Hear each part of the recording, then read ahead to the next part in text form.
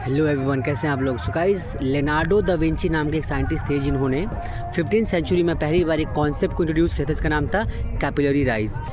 और इस कॉन्सेप्ट को लोग करोड़ों सालों से इस्तेमाल करते आ रहे हैं। और इसका सबसे बेस्ट एग्जांपल क्या है कि जब हम कभी दिया जलाते हैं घरों में, या पुराने ज़माने में जब राजा महाराजा हुआ करते थे जहाँ पे लाइट का इन्वेंशन नहीं हुआ था, उसके पहले भी तो लोग घरों में दिया जलाते थे। और दिया जलाने का कॉन्सेप्ट, या फिर खेती होती थी और खेती होता है, इस कॉन्सेप्ट के अंदर कैपिलरी राइज का इस्तेमाल किया जाता है। जहाँ पे कैपिलरी राइज का मतलब होता है कि लिक्विड का राइज करना, ना ऊपर उठना।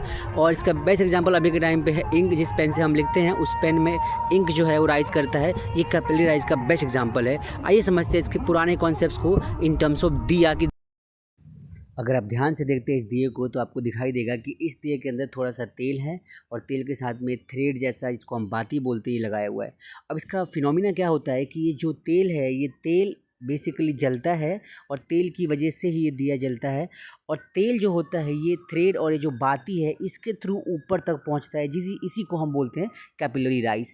कैपिलरी राइज का मतलब होता है कि लिक्विड का किसी भी ट्यूब के थ्रू या किसी भी ट्यूब जैसे स्ट्रक्चर के थ्रू ऊपर की तरफ राइज करना, इस राइज को ही बोलते हैं कैपिलरी राइज। अब इसका यूज़ यहाँ पर होता है जिसकी वजह से ये दिया जलता है। ये दिया तब तक जलेगा गाइस जब तक कि इसके अंदर तेल रहेगा।